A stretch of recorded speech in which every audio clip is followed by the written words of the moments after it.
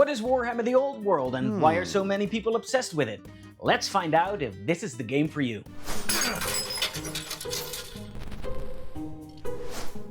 Hi there, Stefan here for Hammer Time, and today I'm going to talk about the Warhammer phenomenon. Now, maybe you're already a fan of board games and you've heard whispers about Warhammer from a friend. Or maybe you saw Henry Cavill on TV talking about miniatures and thought, wait, Superman plays this too? Or maybe, and this is how it happens for a lot of us, you walked past the Games Workshop store and saw those stunning painted armies in the window and thought, that looks incredible, but what on earth is it? And then the big question follows, what is Warhammer? And would that be something you'd actually enjoy? Well, that's exactly why I'm here to answer that question. And to make it simple, or at least as simple as I can, I'm going to break this video down into 5 chapters. Chapter 1, what is wargaming in general, so you get a sense of the bigger picture. Chapter 2, what is Warhammer and where does the old world fit in? Chapter 3, the hobbying side of Warhammer, the side beyond just the gameplay. Chapter 4, the price you pay for all of this. This game is how expensive? And finally, Chapter 5, is this a game for you? A quick recap of everything. By the end, you'll have a clear picture of what Warhammer is and whether it's a game and a hobby you want to dive into. Chapter 1, what is wargaming in general? So what is wargaming? Well, at its simplest, wargaming is about collecting, building, painting, and playing with armies of miniatures. But let's break that down a little more clearly. Collecting and painting armies of miniatures. You start by buying boxes of models, knights, orcs, skeletons, or whatever catches your eye. You build them, often from sprues, and slowly grow your collection over time. You paint them with acrylic paints, brushes, or even airbrushes, depending on your style and preferences. Army building. Once you have your models, you don't just throw them all on the table. Each game usually has an army building system, a set of rules that tells you how much you can bring and how your units fit together. Sometimes your units are limited, like really strong miniatures, or other times they're required, like leaders. And usually there's a point system so that both players bring forces of equal size. This is where the strategy starts, before the game even begins. The tabletop battlefield. Now you don't just play on a board like Monopoly or Catan. Instead, you use a big gaming surface. It's usually a 6x4 foot table and it's covered in terrain. Things like hills, forests, rivers, castles, sometimes bought, sometimes scratch built by yourself out of foam or cardboard. And it isn't just decoration either. Terrain changes how the battles are fought. Your models will have to move around them. The rules and gameplay. Now here's where it gets fun. You and your opponent, who brings his own collection of miniatures, set your armies up on the table and take turns moving them across the battlefield. Now, unlike most board games that move in neat squares like chess, Wargame uses measuring tools to move units around in inches or centimeters.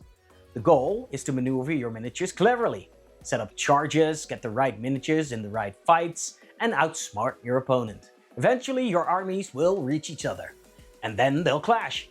Cavalry smashing into infantry, cannons firing across the field, or monsters tearing through lines.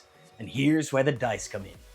Dice rolls decide whether your troops hit their target, whether their armor saves them, or whether your soldiers hold the line or break and run, and much more.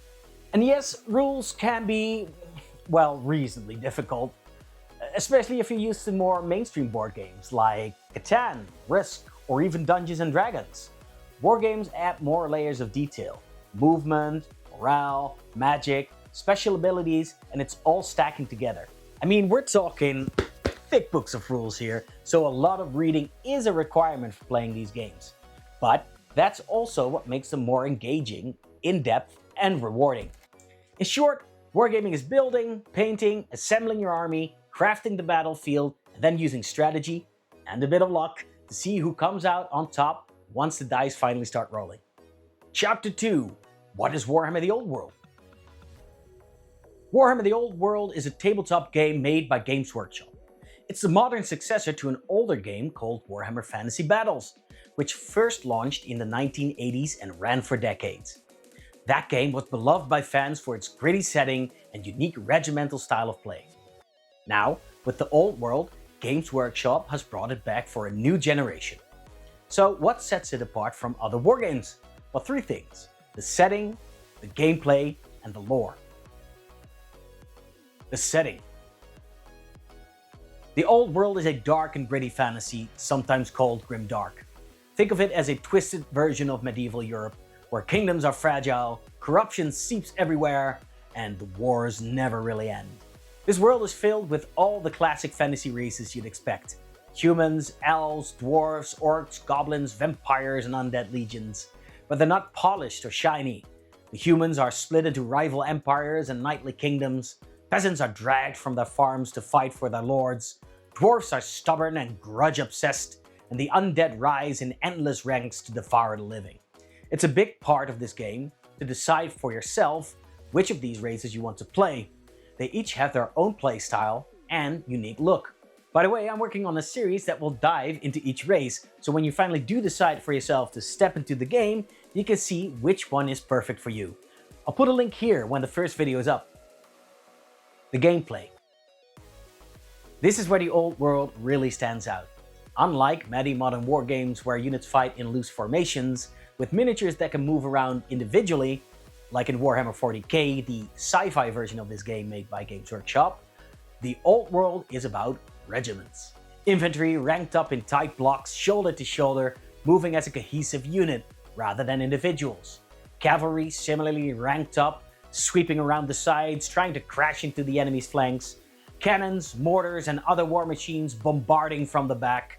And leading it all are the heroes and wizards, supported by terrifying monsters like giants, dragons, or even steam-powered tanks.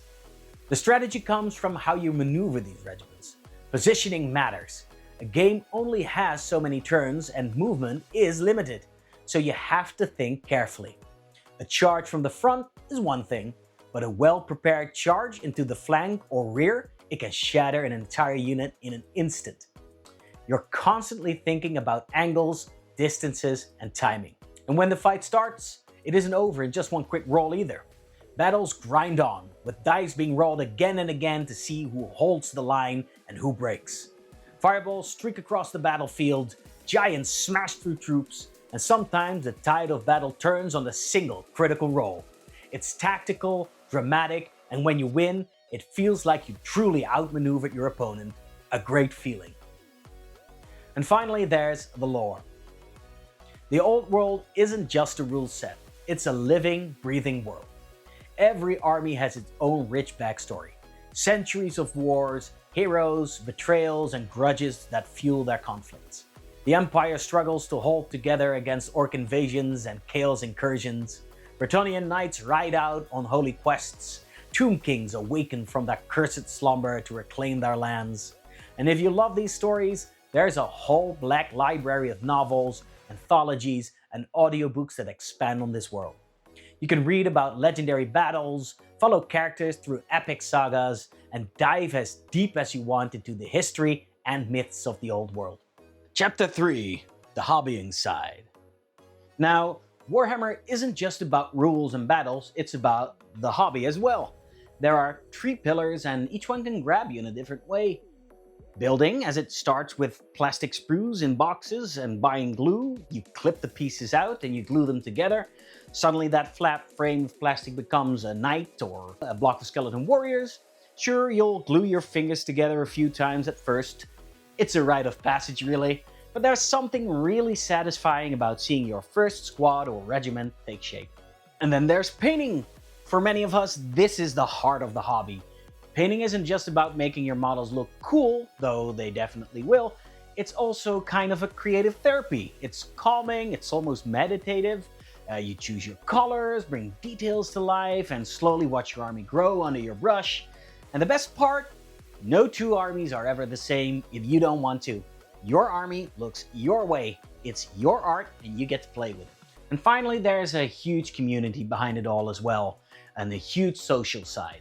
Whether you're rolling dice at a local club, you're meeting new people at a tournament, and by the way, there's tournaments everywhere all the time, or just posting your miniatures online, you know? Wargaming connects you with other people, and they all love the same crazy mix of gaming and creativity. You'll swap tips, tell stories about epic dice rolls or epic failed dice rolls, or even form rivalries and, more importantly, probably friendships that'll last for years. And the beauty of it all is you don't have to love every part equally. Some players live for the battles and barely ever touch a paintbrush. Other people never roll a single dice but spend hours painting and displaying their collections, while most of us float somewhere in between, like me, painting, playing, and enjoying the lore and the people and everything around it equally. Chapter 4: The Price You Pay. Dun dun dun! One last thing before I do wrap up, and that's I want to talk about the price of all of this. Wargaming is an amazing hobby, but let's be honest, it's not the cheapest. Between the miniatures, the paint, the dice, the rules books, it does add up, and honestly, it can feel a bit overwhelming when you're first looking in from the outside. Don't worry, because I'm here for you, okay? And that's what my next video is going to be all about. I'll break down what you really need as a beginner, how much it costs, and how to start smart without emptying, or at least completely emptying, your wallet. So make sure you're subscribed, because you don't want to miss what I have to tell you when it comes out. Chapter 5, is this for you? So now the pivotal question, is this something for you? Well, let's see. Do you love the idea of building and painting your own army? Do you enjoy strategic, tactical games that are more complex and time-consuming than your average board game? Do you like stories, worlds, and lore you can dive into? Do you mind investing a substantial amount of money and time into a hobby? And most importantly, do you love the idea of epic fantasy battles with knights charging, skeletons clashing, and wizards hurling fireballs across the tabletop? Because if the answer to all of these questions is yes, well, then Warhammer The Old World might be exactly the hobby you're looking for. And if the answer is no, well, that's okay too. However, if you're still curious, be sure to tune in for my next video. I'll be breaking down what you actually need to get started in this hobby. And I'll show you, in my opinion, the best, easiest, and most wallet-friendly way of getting started. That way, you'll know exactly what you're signing up for without burning a hole in the bank. Until then, thanks for watching Hammer Time. I've been Stefan, and don't forget to like, subscribe, and drop a comment below. Does The Old World seem like the game for you, or maybe not your cup of tea?